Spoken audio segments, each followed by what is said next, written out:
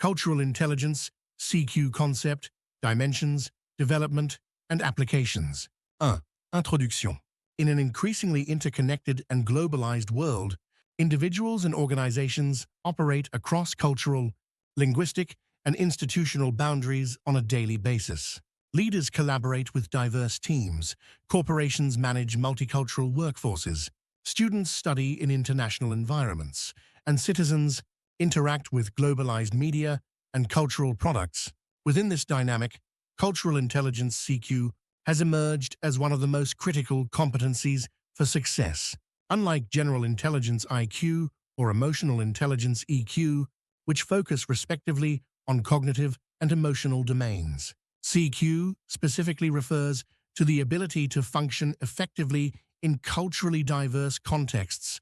It is the capacity to interpret unfamiliar gestures, adapt behavior, and create trust across cultural divides. CQ has gained prominence in disciplines such as international business, intercultural communication, psychology, education, diplomacy, and leadership studies.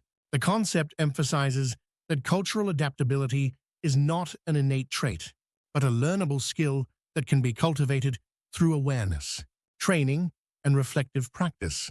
This makes CQ both a theoretical construct and a practical framework for individuals and institutions navigating multicultural environments. 2. Defining cultural intelligence. The most widely accepted definition of CQ is provided by Early and Ang, 2003, who describe it as an individual's capability to function and manage effectively in culturally diverse settings. This definition highlights several key elements. 1. Capability CQ is not merely knowledge about other cultures, but an applied competence that enables effective action. 2. Functioning effectively. Success is not defined by assimilation or dominance, but by mutual respect, understanding, and productive engagement. 3. Cultural diversity CQ is relevant wherever cultural differences, national, ethnic, organizational, or even generational exist. Thus, CQ differs from cultural knowledge, which can be static and theoretical, by emphasizing dynamic adaptation in real-life intercultural interactions. 3. The 4 dimensions of CQ. Scholars generally divide CQ into 4 interrelated but distinct dimensions. Each reflects a component of intercultural competence, and together they form a holistic model. 3.1 Cognitive CQ. Cognitive CQ refers to knowledge about cultural norms, practices, values, and conventions. It involves awareness of how cultures differ in communication styles, social structures, religious traditions, legal systems, and organizational behavior.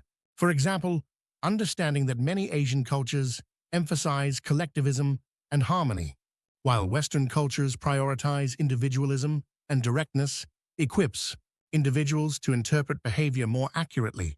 Key aspects include language awareness, historical and religious background of societies, cultural values framework (C. G. Hofstede's dimensions, institutional and legal systems. 3.2 Metacognitive CQ. Metacognitive CQ is the strategic dimension. It involves awareness and control over one's cultural assumptions and thought processes. Individuals high in metacognitive CQ question their automatic judgments, reflect on cultural biases, and plan strategies before engaging across cultures.